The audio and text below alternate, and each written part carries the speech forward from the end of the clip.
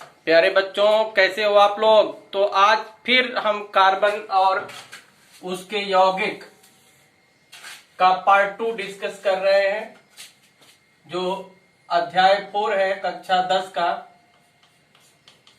और इसकी जो वीडियो है, पहला लेक्चर ऑलरेडी अपलोड हो चुका है और उसी के जस्ट आगे आप लोगों को बता रहे हैं। तो अगर सारा वीडियो देखेंगे तो क्रम से सारे चैप्टर्स के सारे टॉपिक्स, एक भी कहीं भी आप ये समझिए कि कोई भी सिंगल टॉपिक छूट नहीं रहा है। ये कंप्लीट कोर्स आपको प्रोवाइड किया जा रहा है। तो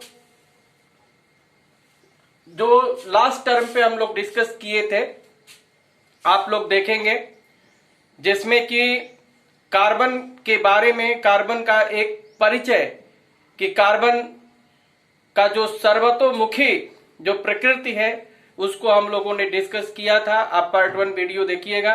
उसके आगे आज हम डिस्कस कर रहे हैं कार्बन के अपर रूप, एलोट्रोप्स ऑफ कार्बन।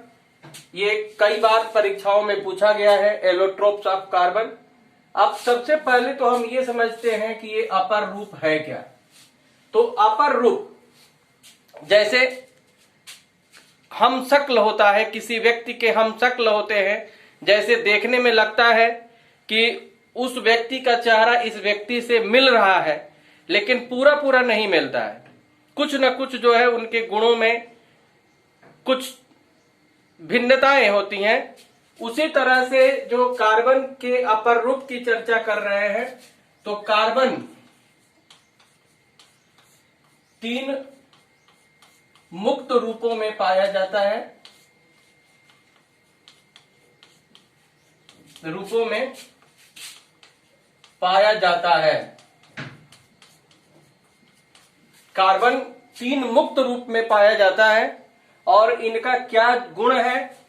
इनके रासायनिक गुण समान होते हैं, इनके रासायनिक गुण समान होते हैं, रासायनिक गुण समान, किंतु भौतिक गुण भिन्न होता है। भौतिक गुण भिन्न होता है।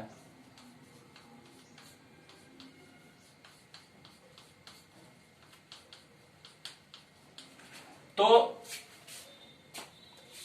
कार्बन जो है 3 मुक्त रूपों में पाया जाता है और उनके रासायनिक गुण समान होते हैं, लेकिन भौतिक गुण क्या होते हैं, भौतिक गुण भिन्न होते हैं। और ये 3 मुक्त रूप है। जो फर्स्ट है, पहला है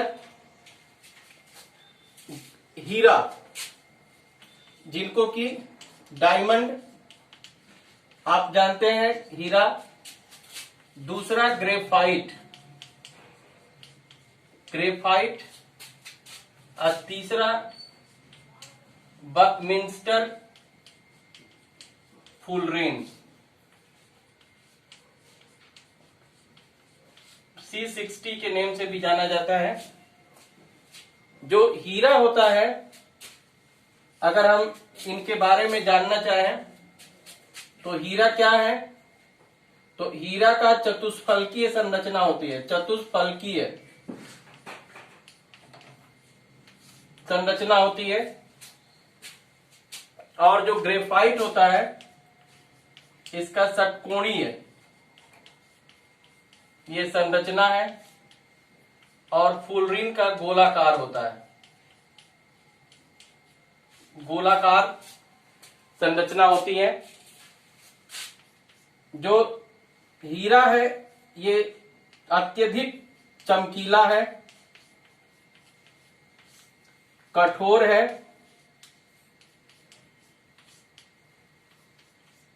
और इनके जो नुकीले औजार बनाए जाते हैं, तो चतुष्फलकीय इनकी संरचना होती है। जैसे ऐसे संरचना होती है,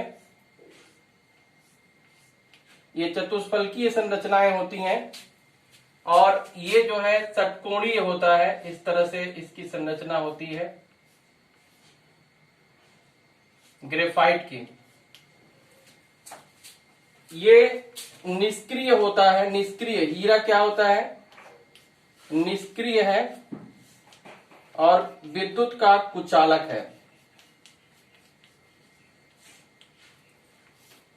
ये षटकोणीय संरचना होती है, विद्युत का सुचालक, मतलब विद्युत इसमें प्रवाहित होती है और ये मुलायम होता है।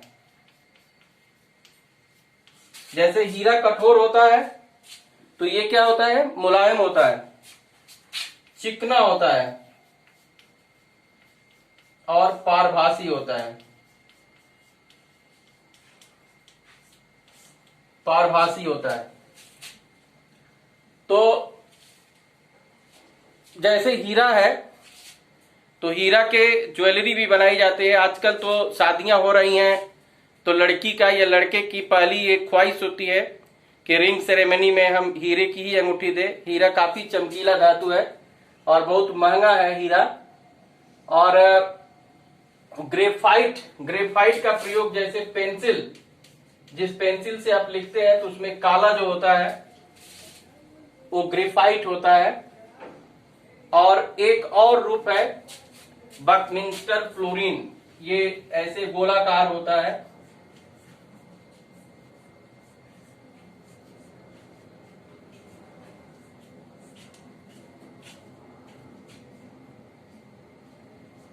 इस तरह की संरचनाएं होती हैं।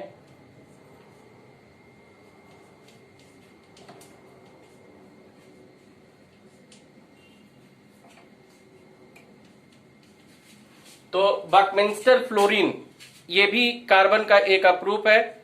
तो ये 3 रूपों में पाया जाता है। जैसा आप समझ गए कि कार्बन 3 मुक्त रूपों में पाया जाता है। इनके रासायनिक गुण समान किंतु भौतिक गुण भिन्न होते हैं। जैसे फर्स्ट है हीरा, ये हीरा है, दूसरा ग्रेफाइट और तीसरा बकमिंस्टर फ्लोरीन है।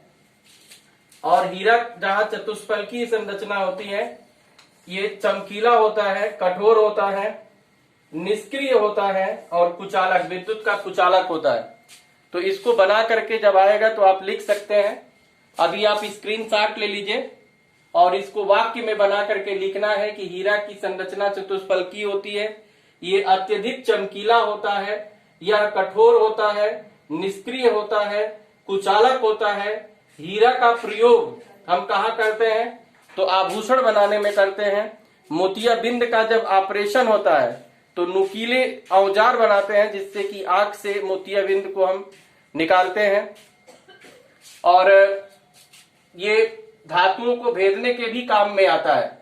ग्रेफाइट जो है, ग्रेफाइट का न्यूक्लियर रिएक्टर में भी प्रयोग किया जाता है, पेंसिल में इसका प्रयोग होता है। तो इस तरह से ये जो कार्बन है 3 रूपों में पाया जाता है। आप इसका जो स्क्रीनशॉट ले लीजिए और इसको याद कर लीजिएगा, ये काफी इंपॉर्टेंट है। अब हम डिस्कस कर रहे हैं कार्बन की सर्वतोमुखी प्रकृति, यानी कि वर्सेटाइल नेचर ऑफ कार्बन। ये वर्सेटाइल नेचर ऑफ कार्बन को डिस्कस कर रहे हैं। और जैसा कि ये अभी जस्ट पिछले साल जो है 2022 में यूपी बोर्ड के बोर्ड एग्जाम में पूछा गया है कार्बन की सर्वतोमुखी प्रकृति। तो ये काफी इंपॉर्टेंट है, रिपीट भी कर सकता है। तो जैसा कि हमको मालूम है कि कार्बन का जो परमाणु क्रमांक होता है ये 6 होता है। और अगर इलेक्ट्रॉनिक विन्यास हम करते हैं तो 2,4, यानी कि कार्बन के बाहरी कोश में ये 4 इलेक्ट्रॉन आते हैं और इनकी जो संयोजकता है ये 4 हो जाती है। संयोजकता, कार्बन की संयोजकता ये 4 हो जाएगी। आपको मालूम है कि कार्बन के बाहरी कोश में 4 इलेक्ट्रॉन होते हैं।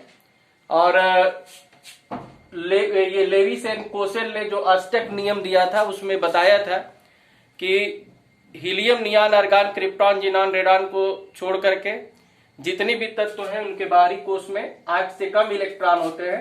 और ये इलेक्ट्रॉन के स्थानांतरण या इलेक्ट्रॉन के साझेदारी के द्वारा 8 इलेक्ट्रॉन की संरचना को प्राप्त करते हैं। तो कार्बन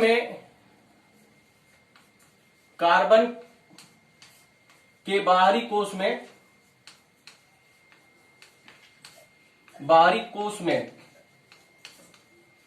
4 इलेक्ट्रॉन होने के कारण 4 इलेक्ट्रॉन होने के कारण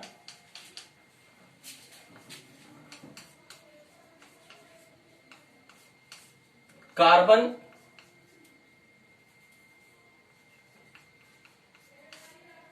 अन्य परमाणुओं के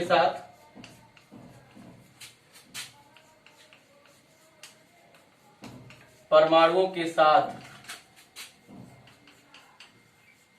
ये एकल सिंगल बॉन्ड, डबल बॉन्ड और ट्रिपल बॉन्ड, ये एकल बंध, द्विबंध तथा त्रिबंध बनाता है। त्रिबंध बनाता है, जिसके कारण कार्बन खुली श्रृंखला का यौगिक, बंद श्रृंखला का यौगिक बनाता है, जिससे कि इसके 20 लाख से ऊपर अभी तक कार्बन के यौगिक बन गए हैं और इसमें श्रृंखलित होने का गुण होता है। श्रृंखलित होने का गुण होता है कैटिनेशन प्रॉपर्टी ऑफ कार्बन, ये चेन बनाने की टेंडेंसी होती है। और ये दो जो गुण है, ये 4 इलेक्ट्रॉन चतुसंयोजकता और श्रृंखलित होने का गुण, जिससे कि कार्बन के असंख्य यौगिक बनाए गए हैं और इसी गुण को हम कार्बन का सर्वतोमुखी प्रकृति कहते हैं। तो सर्वतोमुखी प्रकृति में यह है कि इनकी चतुसंयोजकता होती है और इनके बाहरी कोश में 4 इलेक्ट्रॉन होते हैं और अन्य परमाणुओं के साथ ये एकल बंध, द्विबंध, त्रिबंध बनाते हैं तथा इनमें श्रृंखलित होने का गुण होता है और इसी गुण को हम कार्बन की सर्वतोमुखी प्रकृति कहते हैं। तो कार्बन जो है ये श्रृंखलित होने का गुण होता है और ये single bond, double bond, triple, इसमें खुली श्रृंखला के यौगिक, खुली श्रृंखला के यौगिक, बंद श्रृंखला के यौगिक,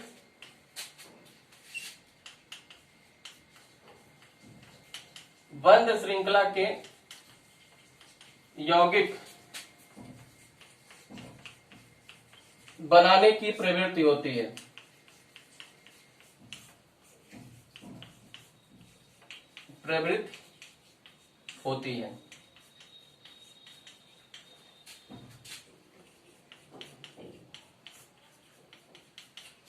तो आप लोग इसको स्क्रीनशॉट ले लीजिए कि कार्बन की सर्वतोमुखी प्रकृति में आप यही लिखेंगे कि कार्बन का परमाणु क्रमांक 6 होता है, इसका इलेक्ट्रॉनिक विन्यास 2-4 होता है, कार्बन के बाहरी कोश में 4 इलेक्ट्रॉन होने के कारण कार्बन अन्य परमाणुओं के साथ एकल बंध, द्विबंध तथा त्रिबंध बनाता है, इसमें श्रृंखलित होने का गुण होता है, खुली श्रृंखला के यौगिक, बंद श्रृंखला के यौगिक बनाने की प्रवृत्ति होती है।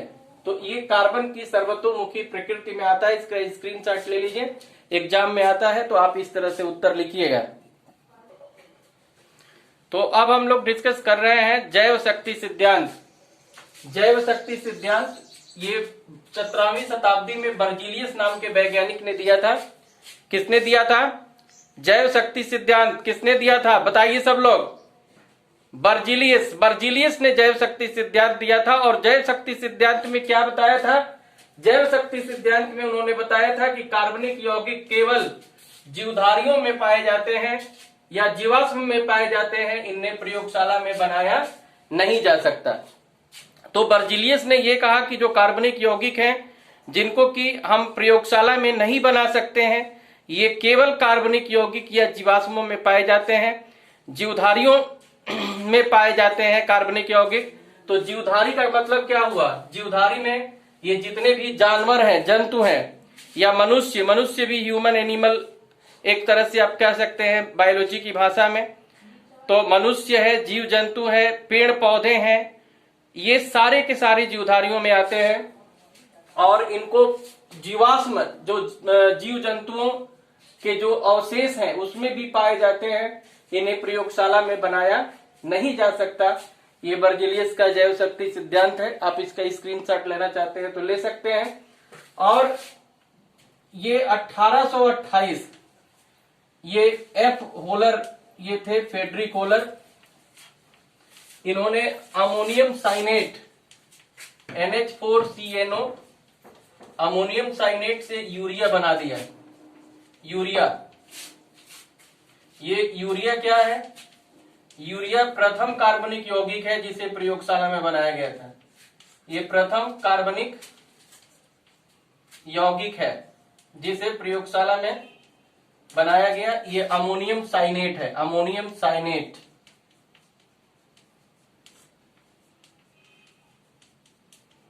तो अमोनियम साइनेट से यूरिया बनाया गया। ये प्रथम कार्बनिक यौगिक है जिसे प्रयोगशाला में बनाया गया। और 1828, अभी 200 साल भी नहीं हुए और यूरिया का निर्माण किया गया। और इसके बाद 1845 में कोल्बे ने एसिटिक अम्ल का निर्माण किया। मेथेन का भी कोल्बे ने ही किया था। और 200 साल नहीं हुए और लगभग ये 20 लाख से ऊपर ऑर्गेनिक कंपाउंड, ये 20 लाख से अधिक कार्बनिक यौगिक तैयार किए गए हैं। तो अगर कार्बनिक यौगिकों का हम वर्गीकरण करें, कार्बनिक यौगिकों का अगर वर्गीकरण करें तो इसमें जो प्राकृतिक है, प्राकृतिक जिसको बर्जेलियस ने कहा था, ये प्राकृतिक सिर्फ 10% है और कृत्रिम जो प्रयोगशाला में बनाया जाता है वो 90% है। अब ये प्राकृतिक कहां मिलता है, इसका क्या सोर्स है? तो कोयला, कोयला में मिलता है। पेट्रोलियम, पेट्रोलियम प्रोडक्ट जितने भी पेट्रोल है, डीजल है, पैराफिन मोम है, किरोसिन ऑयल है, इसमें मिलता है। और ये एनिमल, ये जितने भी जीव जंतु हैं, एनिमल, प्लांट और माइक्रो ऑर्गेनिज्म, जो ये जीवाश्म है, बैक्टीरिया है, वायरस है, तो इसमें प्राकृतिक यौगिक मिलता है और ये 10% ही मिलता है। और कृत्रिम यौगिक, कृत्रिम जो कार्बनिक यौगिक है जिनको की प्रयोगशाला में बनाया गया है, ये 90% है। मैंने 18 लाख से ऊपर प्रयोगशाला में ही बनाए गए हैं। और जो प्राकृतिक है जिनको बर्जेलियस ने कहा था लगभग 2 लाख है। तो आप ये टोटल स्क्रीनशॉट ले लीजिए। ये काफी इंपॉर्टेंट कंसेप्ट आप लोगों को डिस्कस किया जा रहा है जो बोर्ड परीक्षाओं में पूछे जाएंगे।